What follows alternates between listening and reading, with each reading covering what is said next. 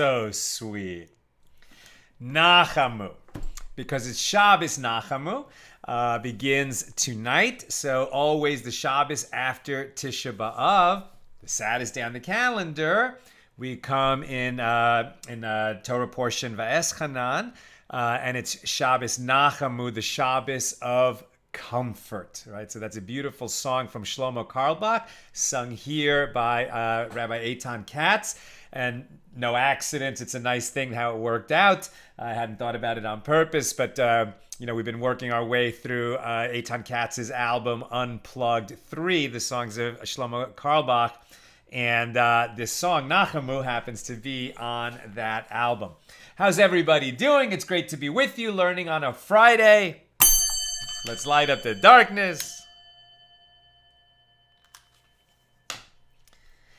And who is with us, learning on a Friday? Yehud in South Carolina, Guy in Ohio, Renee in Indiana, Melissa in Great Nepal, in the Great Northwest, Eva in Florida, Tom in PA, Nancy in North Carolina, Paula in PA, James in Indianapolis, Sharon in New Jersey, Paula. It's a haunting melody. Sharon says that Neshama Carlebach sings a beautiful version of that, Shlomo's daughter. Paula loves the song of comfort. Shandora checking in from the Bronx.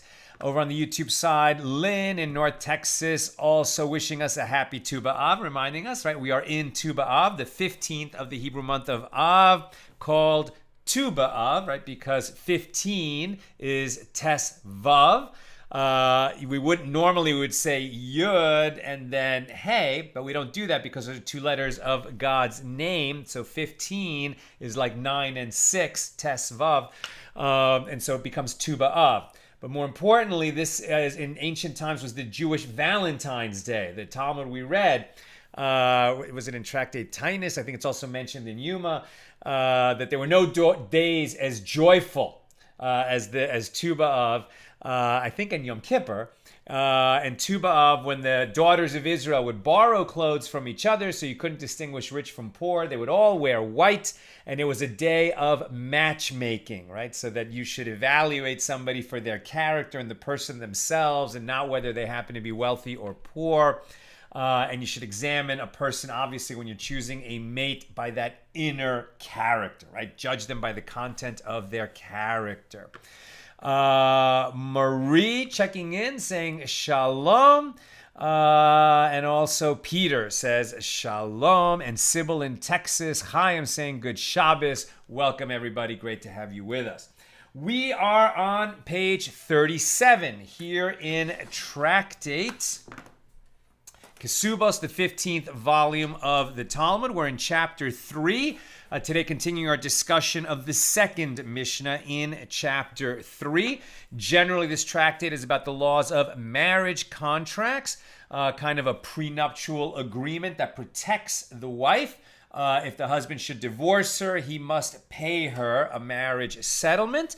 And the minimum amount is a hefty amount. They could always agree to more, but the minimum amount was like a year's salary. And we've seen that there's a distinction between a girl that enters the marriage with a presumed legal status of a virgin, versus, for example, a woman who's a divorcee or a widow who does not have the legal presumption that she's a virgin when she enters the marriage, and so the minimum amount of the ketubah would be less. Here in chapter 3, we've also been examining what happens if a woman is raped or she's seduced, that the Torah imposes a fine. This is separate than the damages that would accrue to the rapist because he harmed her, he hurt her, he humiliated her, he caused her to have medical expenses, loss of livelihood, etc. He would have to pay all those damages. But the Torah also imposed that a fine of 50 shekels, or I think it was shekels, the silver shekel, and he has to marry her. But as we saw, if he's not permitted to marry her, he still has to pay the fine. However, the fine is not paid to all rape victims. Only, in fact, it's a small number of rape victims. Only the women who fall in that category of they're not a minor and they're not an adult woman, and they're not otherwise disqualified. And we've been examining those cases. Where we left off yesterday is this idea that a woman who, when she was younger, was enslaved or she was captured by the enemy in a war, and then tragically she would have the presumed legal status not of a virgin because so many women in that situation were raped by their master if they were enslaved, or by their captors if they were captured. But do we always make that assumption? Not necessarily. We pick it up at the very bottom of page 36b. The Gemara asks, and how do the rabbis explain their ruling? They explain, we saw yesterday that one who redeems a captive, right? So pays the ransom to the captors, so that this woman who was captured by them will, come out of slavery, come out of being a captive, and be freed. It's a big mitzvah to redeem the captive. Well, the man who redeems a captive who happens to be a woman, can he marry her? Yes, of course he can. If he was a witness to what happened to her while she was a captive, can he testify that she was not raped, right? We have a presumption that she was raped, but if somehow he was a witness that, like he saw where she was at all times during the time of her captivity, and he can testify that she was never raped as a witness, so we accept that testimony, but can he marry her? No, that was the ruling that we saw yesterday. If he redeems her, he can marry her. If he redeems and testifies that she was never raped while she was a captive, there's a split opinion. If he doesn't redeem her and he only testifies that she was not raped, he definitely is not allowed to then marry her because we suspect that he had biased testimony. Or maybe if he marries her, we don't accept the testimony, one or the other. But he can't both marry her after testifying and we accept the testimony. Basically, they said he cannot marry her if he already testified and he wasn't the one who redeemed her. So we're examining that ruling now. And the rabbis explain, one who redeems a captive woman and testifies that she was not violated may marry her. Why? Because a person does not throw away money for nothing. If he paid the ransom to redeem her, he must be certain that she is a virgin, right? If he's going to make a claim against her virginity, he's assuming that she's a virgin. Why is he assuming that? He's testifying that she's a virgin, right? So if he's testifying that she's a virgin and he's the one that redeemed her, it must be that he's certain that she is a virgin. But one who only testifies that she was not violated, he didn't repay to redeem her, he just testified that she wasn't violated, he may not marry her, lest he had his eye on her to marry her, and he is prepared to lie to facilitate that marriage. Rav Papa Bar Shmuel raised a contradiction before Rav Yosef. Now we're on page 37a. And does Rabbi Yehuda maintain that a captive woman remains in her state of sanctity? But isn't it taught in a baraisa with regard to a female convert who converted and she saw the flow of menstrual blood on that same day? Rabbi Yehuda says deeming her impure from the hour that she saw the menstrual flow is sufficient for her. Okay, so now what they're saying is they've already drawn a parallel. Women that were enslaved and then freed. Women that were captured by the enemy and then they were freed. And women who enter the Jewish people through conversion, right? That they all have something in common.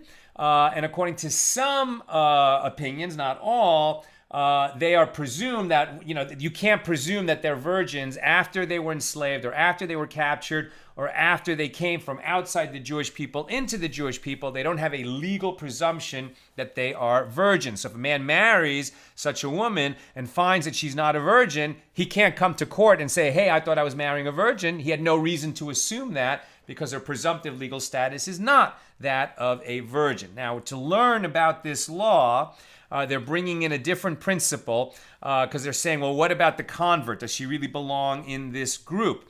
So if a woman who converts, right, so on the day that she converts or completes her conversion, then she becomes a Jew. Until that day, she's not a Jew. On that day, she becomes a Jew.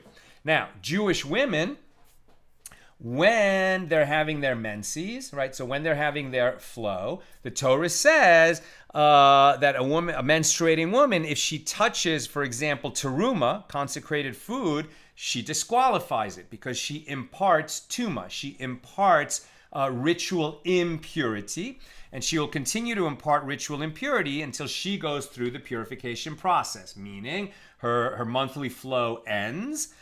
She counts 7 clean days, and then she immerses in the mikvah, and then when she comes out, she's pure.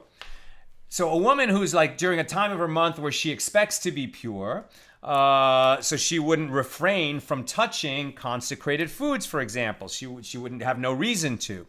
But then, let's say she spots, right? She some blood flows at a time she didn't expect.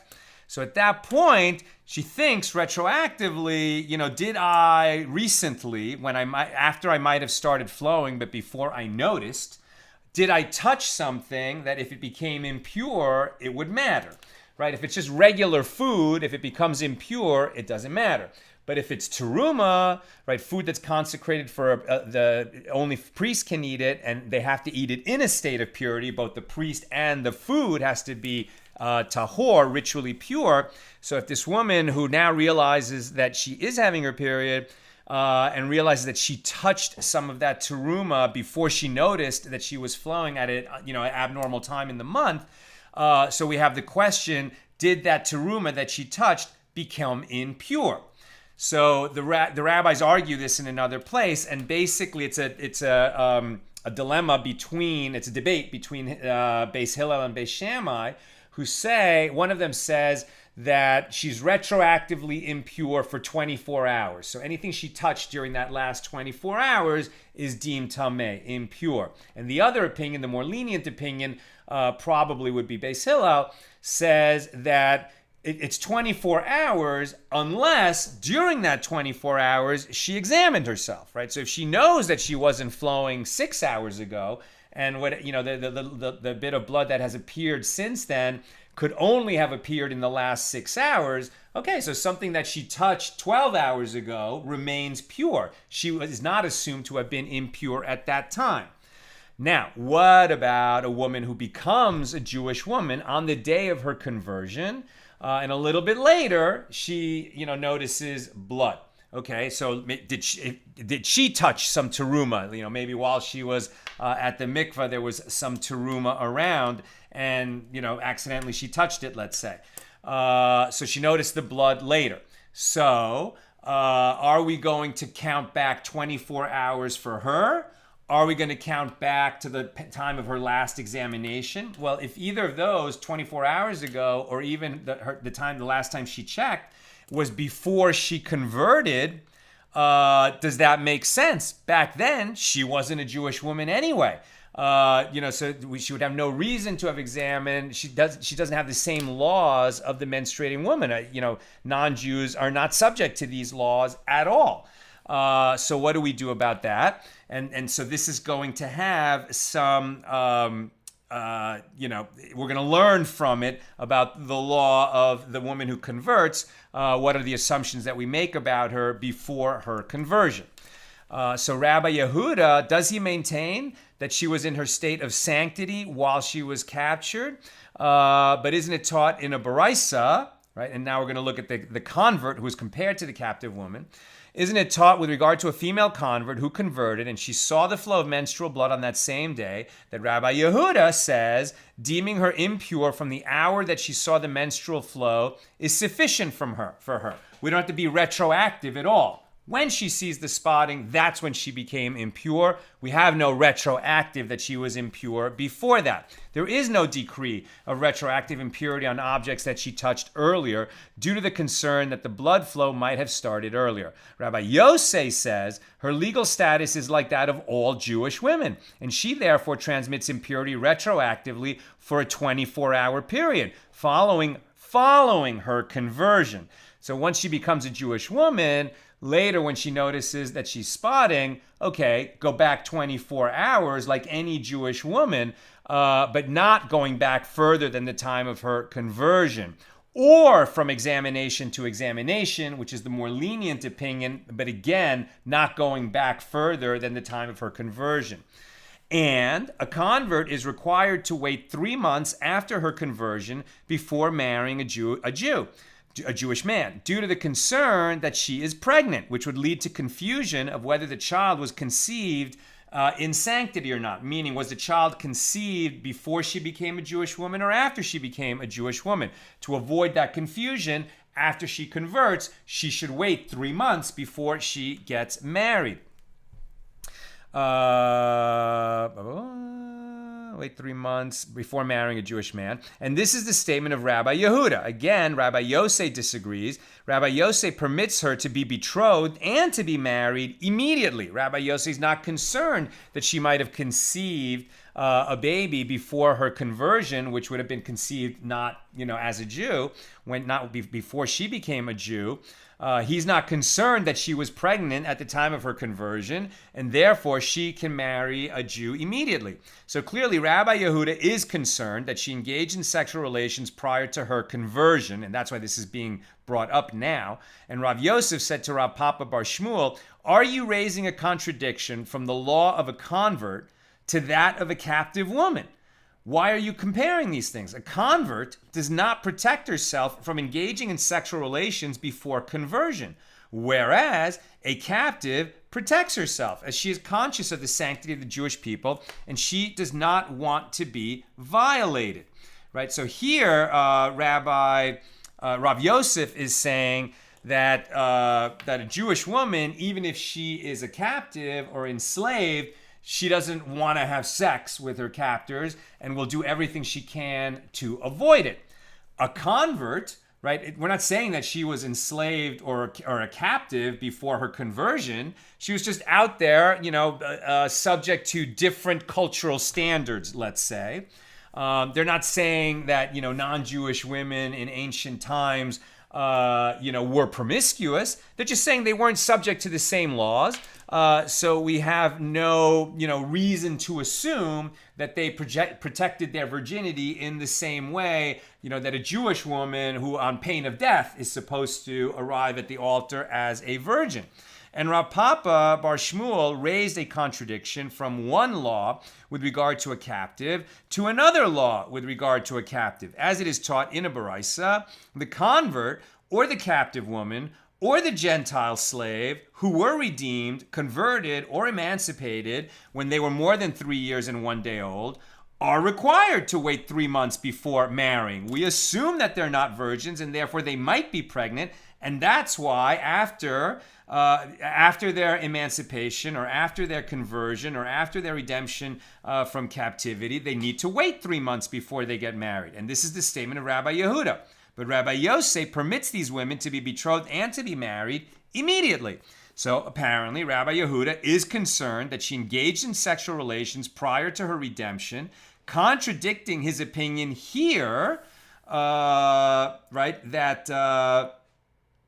contradicting his opinion that the one who testifies, contradicting his opinion that I guess he would allow her to be married immediately. Where are we? What is it that we're contradicting? Right.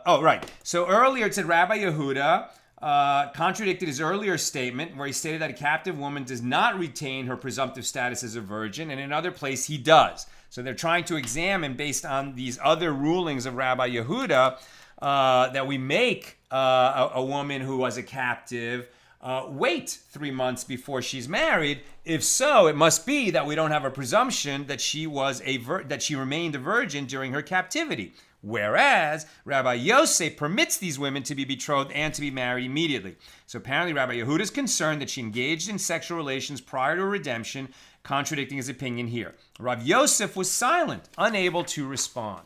Later, Rav Yosef said to him, "Have you heard anything with regard to this matter?" And Rav Papa Bar Shmuel said to him, "This is what Rav Sheshes said. Rabbi Yehuda is referring to a captive woman whom witnesses saw engaged in intercourse." So the Gemara asks, if so, what is the rationale for the ruling of Rabbi Yosef?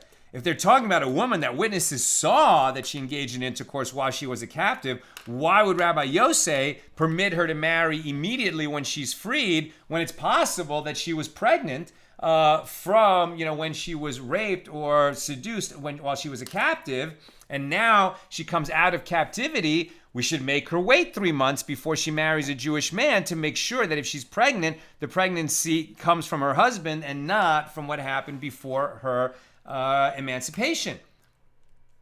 So why would Rabbi Yosef allow her to marry immediately? Shouldn't he be concerned that she is pregnant? And Rabbi Yosef holds that a woman who engages in promiscuous sexual relations has relations with a contraceptive resorbent at the entrance of her womb so that she will not become pregnant. So now we have that even in ancient times, women knew how to, take contraceptives so that they would not get pregnant.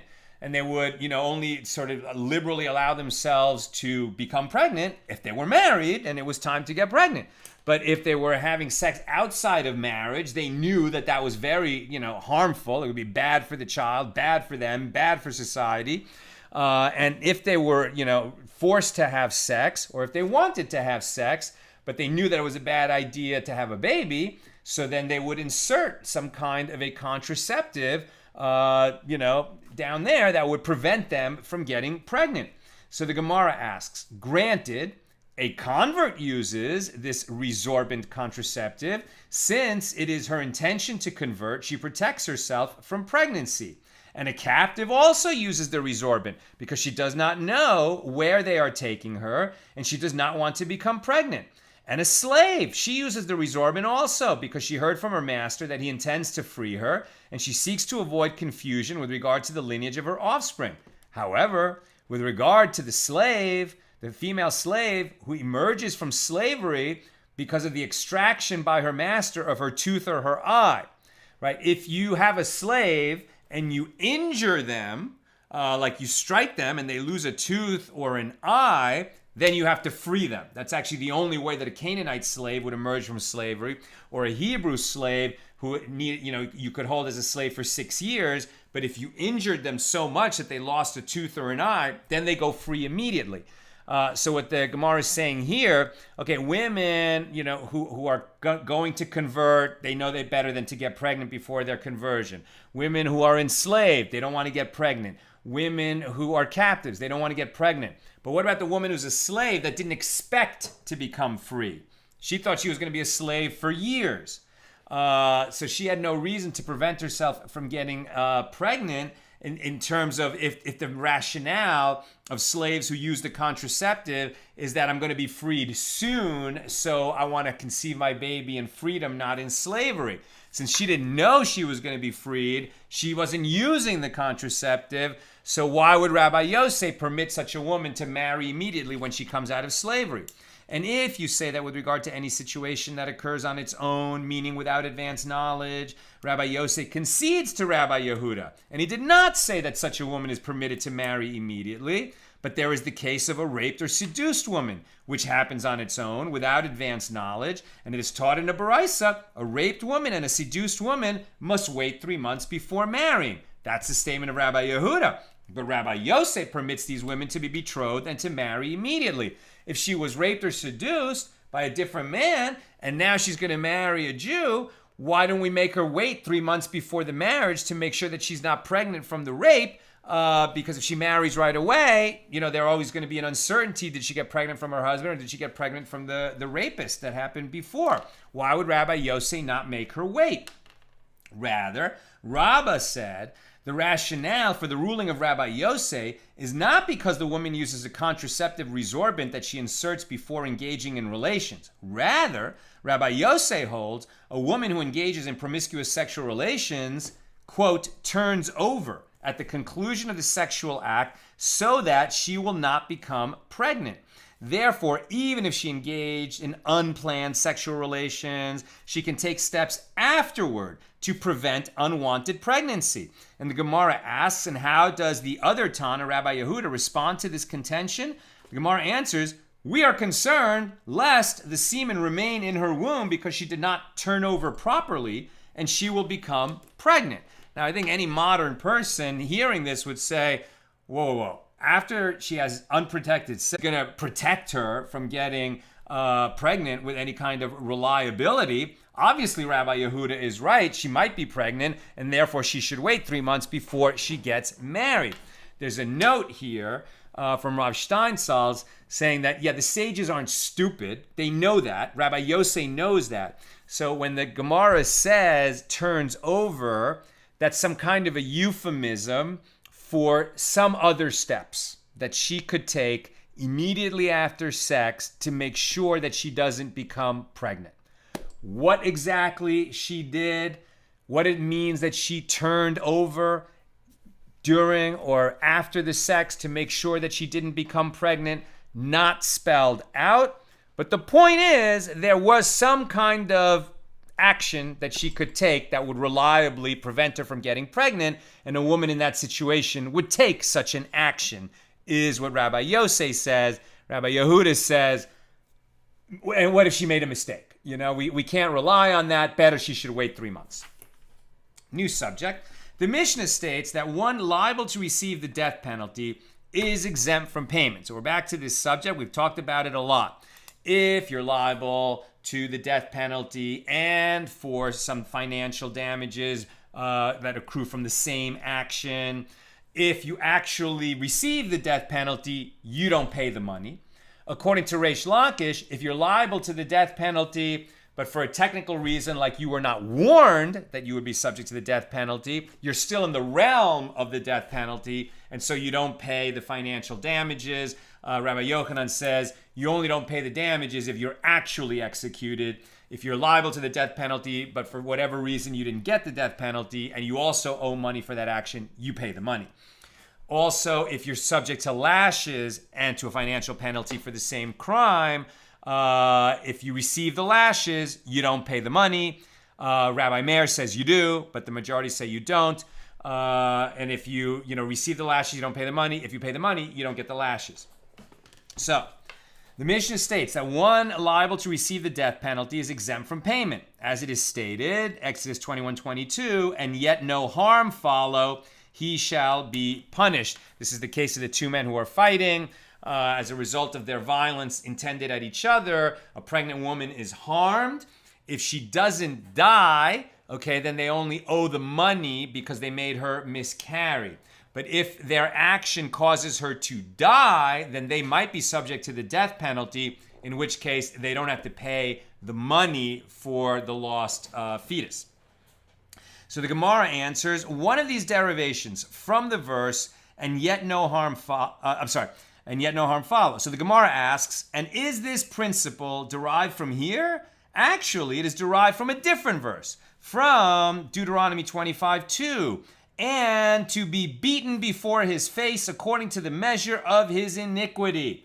From the term his iniquity, it is inferred you can hold one who performs one action liable for one iniquity, i.e. punishment for violating one prohibition, but you do not hold him liable for two iniquities, i.e. punishments for violating two prohibitions. And the Gemara answers, one of these derivations from the verse, and yet no harm follow, this is stated with regard to one who performed an action for which he is liable to receive the death penalty and to pay money, and the liability to be executed exempts him from payment. Because he's going to be receiving the death penalty, he doesn't have to pay the damages. And one of these derivations from the verse, according to the measure of his iniquity, This is stated with regard to one who performed an action for which he is liable to receive lashes and to pay money, and he receives only one punishment, either the lashes or the money damages. And the Gemara elaborates, and both derivations are necessary, as if the Torah taught us this law only with regard to death and money.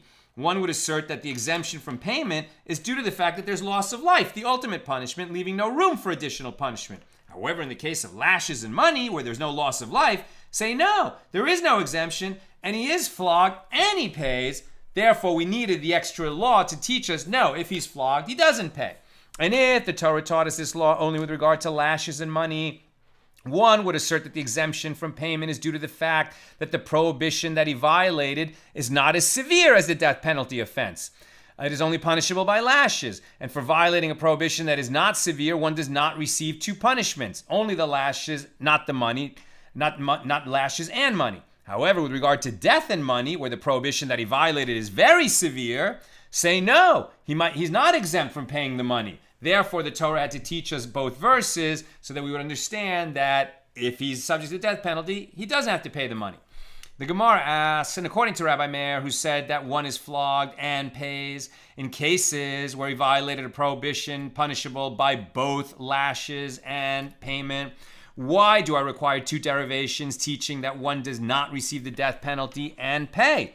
And the Gemara answers, one derivation is with regard to death and money, exempting one from liable to be executed from payment, and the other derivation is with regard to death and lashes. So even according to Rabbi Meir, if you received death and lashes, you wouldn't get both, exempting one liable to be executed from also receiving lashes. You don't whip them and then kill them. If you're going to impose a death penalty, there's no lashes.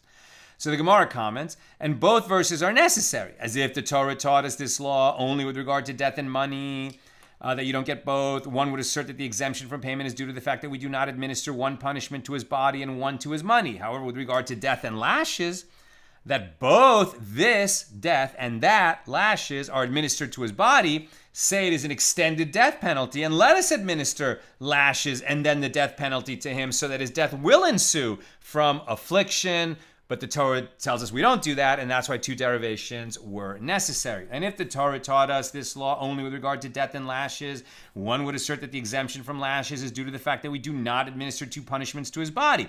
However, with regard to death and money, where one punishment is to his body and the other is administered to his money, maybe we would do both. Therefore, the Torah had to teach us both that we don't do death and lashes and we don't do death and money. We don't do death and money and we don't do lashes and money. The Gemara asks with regard to the verse, and you shall take no ransom for the life of a murderer who is guilty of death. Numbers 35:31. By the way, we're a few paragraphs now into page 37b. You shall take no ransom for the life of the murderer who is guilty of death, which means that one does not take payment for a person sentenced to death. So then why do I require this verse if that principle was already derived from another verse? Doesn't the Torah explicitly say, you shall not take ransom from one sentenced to death? Seems to say he doesn't pay and get executed. He only gets executed. But it's different, right? One, it is different. It's not that he is, paying money to avoid getting death. Before we were talking about the same crime that resulted in the death penalty created damages that accrue to the victim, right? Or the victim's family. Here, the Torah seems to be saying one who is subject to the death penalty, he can't get out of it by paying money to the court or by paying ransom, right? It's an important distinction. So you shall not take ransom for the life of the murderer. But it seems to say no. If death penalty, no money. So why do we need a separate law to derive that? And the Gemara explains that the merciful one is saying, do not take money from him and exempt him from the death penalty, right? So if he's subject to the death penalty, he gets the death penalty. The only reason we don't give the death penalty is because he was not warned, for example, not because he's a rich man who can pay money and get out of it. Similarly, the following verse, and you shall take no ransom for him that is fled to his city of refuge. That's the case of the manslaughterer, right? The one who committed homicide negligently, right? Or even unintentionally, but perhaps with a downward blow of the axe. So he's the one that has to flee to the city of refuge, lest the avenger of blood come and kill him. Now, that's very interesting. We should almost take a step back for a second and remember that. Because so often we've been talking about, well, the death penalty can only be imposed by the court if there was warning, right? If somebody said to him right before he did it, if you do this, you're subject to the death penalty, and then he did it right away, and there were two witnesses watching that, that's the only time that the court can impose a death penalty.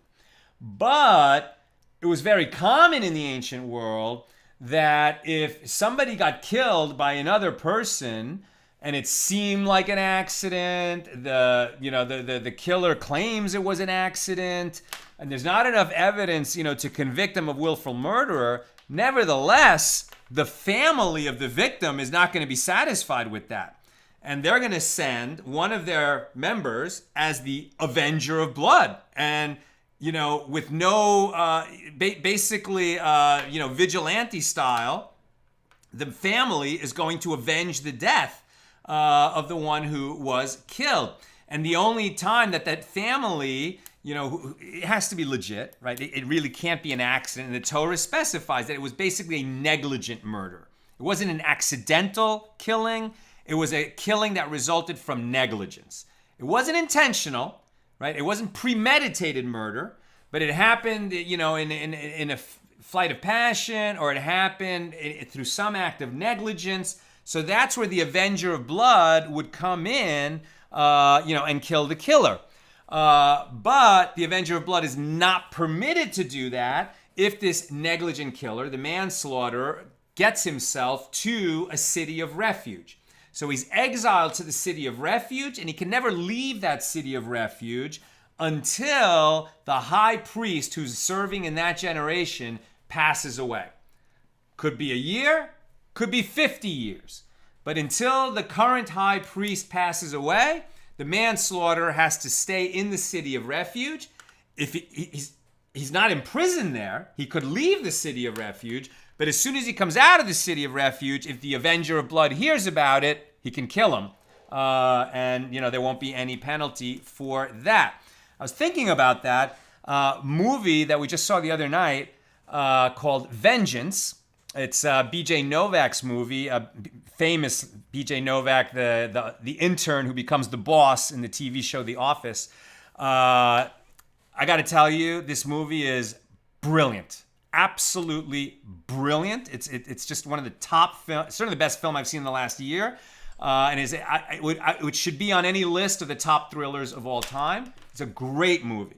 And basically there, it's about a guy who casually was with a woman in New York. She returned to her home in Texas. And then this guy gets a call from her family that she has died, and they're expecting him to come to the funeral. He barely even knows who she was, but he feels guilty in the way that they talk to him. So he goes to Texas. And after the funeral, her brother says, listen, it seems like it was an accidental overdose of drugs, but I don't believe it. I think she was murdered. We have to find out who did it and kill him. And the New Yorker is like, whoa, what are you talking about? If you really have information that she was murdered, let's take it to the police. And they're like in a super rural area of Texas, like 5 hours away from Abilene. And the brother says, yeah, that's not the way we handle things here. Right, the police are going to do nothing. They're totally inept. They're the local cops in that town, and if justice is going to be done, we have to do it. And it sounds so foreign, to the modern ear or to the big city ear. But they made it sound in the movie like that's the way they handle things in deep rural Texas. And what's funny about that is, they're just making a kind of contrast between city people and rural people. That's just the beginning of the movie. I'm not giving anything away. You got to see that movie. It's in theaters right now. Vengeance. Amazing. And it has some Jewish issues that are addressed in it. It's not really about that, but B.J. Novak is a New York Jew, in this rural area in Texas. But what's interesting about it, it's that it's actually very similar to, a biblical context. That you have in a situation where the court is not going to do anything, that the family takes care of business, right? The family appoints the avenger of blood, and that's really what that movie is about. Okay. So where am I? Hold on a second. I lost my place. That's how we know. No death and lashes. Right, okay. And so you shall take no ransom from the one subject to the death penalty to release him from the death penalty, and you shall take no ransom for the one who is exiled to the city of refuge in order to release him from his exile to the city of refuge. He's supposed to go there. So the Gemara asks, and why do I require 2 verses to teach the same principle? If there's no ransom in these cases of, severe punishment, why does the Torah have to say it twice? Okay, I get it. No ransom. You can't ransom yourself from the death penalty, and therefore you can't ransom yourself from being exiled to the city of refuge. So the Gemara explains, 1 verse refers to one who killed unwittingly, and 1 verse refers to a person who killed intentionally. And the Gemara comments, and both verses are necessary, as if the Torah taught us this law only with regard to an intentional murderer. He's subject to the death penalty and he cannot ransom himself from the death penalty. So one would assert that payment is not accepted due to the fact that the prohibition that he violated is severe. However, with regard to an unwitting killer, the one who's exiled to the city of refuge, where the prohibition is not as severe, say no, he could pay. Maybe he could pay damages to the family, and then he's not exiled to the city of refuge. And if the Torah taught us this law only with regard to an unwitting killer, one would assert that payment is not accepted due to the fact that there is no loss of life, as the killer is not executed. And therefore, there is no reason to allow payment in lieu of exile. However, with regard to an intentional killer where there is loss of life, as he will be executed, say no, he may pay in lieu of execution. Therefore, both verses are necessary, so we understand the principle in both cases. The Gemara asks with regard to the following verse, and no expiation can be made for the land, for the blood that is shed therein, but by the blood of him that shed it, which also indicates that he cannot be exempted by money. So if we learn the principle that, the killer the land will not rest until justice is done, so we already know that from this verse. Why do we also need the verse that he shall not ransom himself from the death penalty? The Gemara explains, the Gemara explains, it is necessary to teach that which is taught in a baraisa with regard to the matter of the calf that is beheaded, which is where this verse comes up, right? So if a body is found, right? A body is found, and it seems, let's say, foul play. It looks like a victim of murder, and they don't even know who it is, right? They don't know who the body belongs. They don't know who that person is, and they certainly don't know who killed them. So then what they do is they measure what is the nearest town, and then the elders of that town come and they perform a ritual, basically saying, we're really sorry that this happened. If because we're the nearest town, if the foul play that resulted in this dead body originated in our town, then we're going to make an atonement on behalf of our town, so that the land can rest. That, in other words, that the blood of this person who was murdered is essentially atoned for. And what do? There's a ritual where they decapitate a calf and then, perform the ritual at that spot. Okay? So it is necessary to teach that which is taught in Baraisa with regard to the matter of the calf that is beheaded. If a corpse whose murderer is unknown is found between 2 towns, the elders of the town nearest to the corpse bring a heifer, and they behead it in a riverbed, after which they pray for atonement for this murder. And the Baraisa states, from where is it derived that if the calf was beheaded and then the murderer is found, that one does not exempt him from punishment, even though you sought to appease the land, that the land will not rest if there is an unatoned for murderer on that land. But so that's why they did that ceremony. Well, if they did the ceremony and then they locate the murderer, you might have thought that, well, they already took care of the situation, so now the murderer is not executed. And so from this verse we learn, no. You execute the murderer once you find him, even if you perform that ceremony when you're afraid that you wouldn't find him. So from where is it derived that the calf was beheaded? That if the calf was beheaded and then the murder was found thereafter, that one does not exempt him from punishment? It is as it is stated, and no expiation can be made for the land for the blood that is shed therein, but by the blood of him that shed it, from which it is inferred, and not by the blood of the calf. The blood of the calf is the next best thing. But if you find the murderer, that's whose blood needs to be shed to make up for the fact that he killed another willfully. So the Gemara asks, what about the following verse? From the conclusion of the chapter of the heifer, the verse says, and so shall you put away the innocent blood from your midst, which appears to be teaching that by the very same law, that a murderer must be executed. Why do I need it? And the Gemara answers that it is necessary to teach that which is taught in a Baraisa. From where is it derived? That with regard to those executed by sword, who are murderers, there's different kinds of execution. The ones who are executed by the sword, that their head is chopped off, are the murderers. So from where is it derived that their execution is administered from the neck and nowhere else? So if they're going to be executed because they committed murder, how are they executed? They get their head chopped off by a sword. What the Torah says is that they're executed by the sword. Well, how do we know that we don't run them through the stomach with the sword? How do we know that it's done at the neck? How do we know that? How do we know? Because the verse states, and so shall you put away the innocent blood from your midst, at the end of the sequence that describes the ceremony of the heifer in the case of the unknown murderer, likening all spillers of blood to the beheaded calf brought for an unresolved murder. Just as there the calf is beheaded at the neck, so too murderers are beheaded from the neck. So the Gemara asks, if so, just as there in the case of the beheaded calf, just as there in the case of the beheaded calf, it is beheaded with a cleaver, a kofitz, at the nape of the neck. So here too, the court should execute murderers with a cleaver at the nape of the neck. Why, if we're likening them, and we know that they have to have their head chopped off at the neck, so why don't we do it the same way that we execute the calf, which is with a cleaver rather than with a sword? So Rav Nachman said that Rabba bar Avu said that the verse says, and you shall love your neighbor as yourself, from which it is derived, choose for him an agreeable death. It is prohibited to abuse a guilty person while executing him. And chopping off his head with a cleaver is an unseemly death. The murderer is beheaded from the neck, not with a cleaver, and not by other methods employed in beheading the calf. So interesting, even the murderer, who is going to be executed and summarily executed as soon as he is convicted, even so, you owe him to preserve some measure of his dignity. And so you wouldn't decapitate him in the same way that you decapitate an animal. You would bring in a swordsman who's a proper executioner rather than a butcher to do it.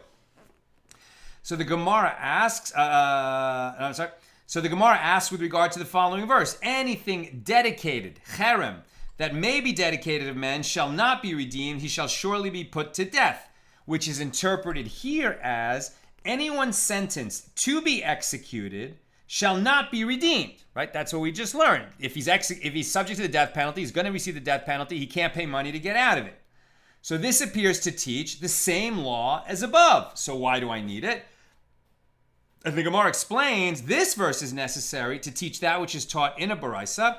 From where is it derived with regard to one taken to be executed, and a bystander said, his valuation is upon me to donate to the temple, that this person, the bystander, did not say anything at all, and his vow is not binding. So, elsewhere we learned, what is a cherem? It's a type of vow where I say, I will give my valuation to the temple, or I will give my wife's valuation, or my son's valuation, or my father's valuation. And the Torah specifies that different humans have different values for the purpose of making a donation to the temple. It's really just for that purpose. It's not for buying them or selling them as slaves. It's just to say that it's a shorthand for saying a certain amount, right? That, sort of an adult male who is, kind of considered in ancient times to be the most productive member of society in terms of the amount of money he can earn. If he's going to donate his own valuation to the temple, maybe that's 50 shekels. And an adult woman maybe is I don't know, 40 or 30 shekels, and a male minor is 20, and a female minor is 10, and an elder, it's just an amount of money.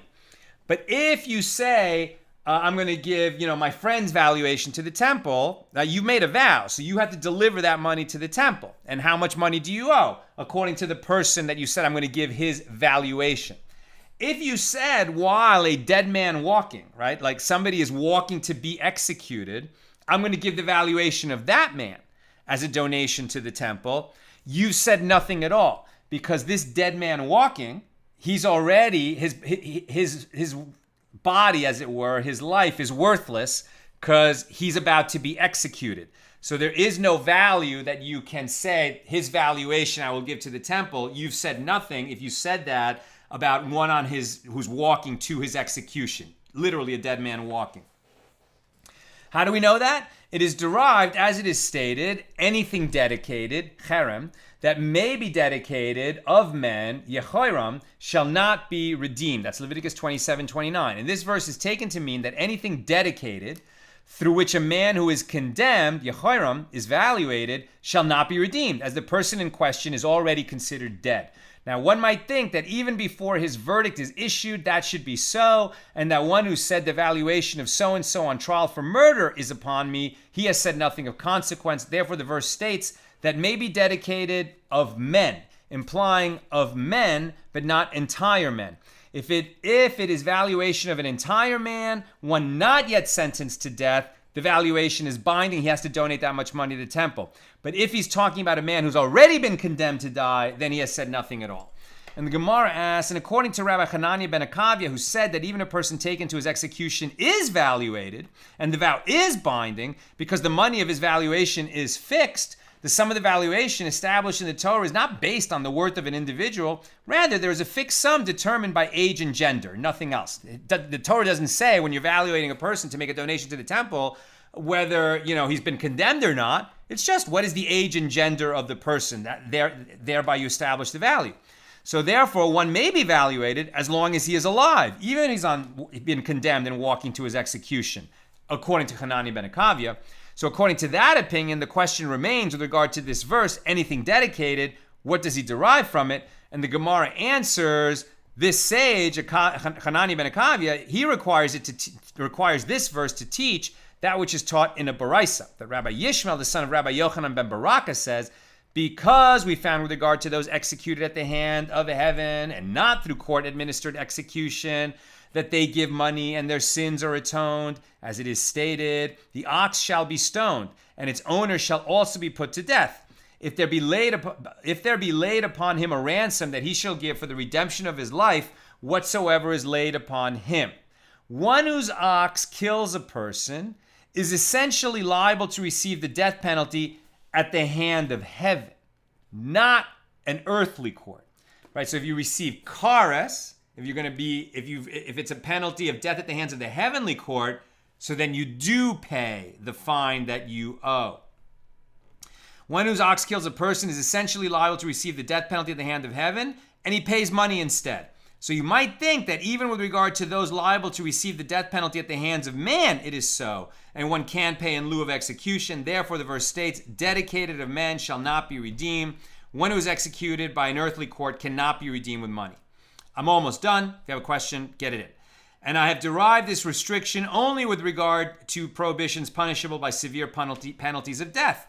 For example, striking one's father, for which no atonement is designated in the Torah for their unwitting violation. However, with regard to prohibitions punishable by less severe penalties of death, for example, performing labor on Shabbos, for which atonement, a sin offering, is designated if you did it unwittingly, from where is it derived that there is no payment in lieu of execution? And the verse states, anything dedicated to include all prohibitions punishable by court-administered execution. You can't get out of it by paying money. Okay. Let's see if we've got questions or comments. On page 37.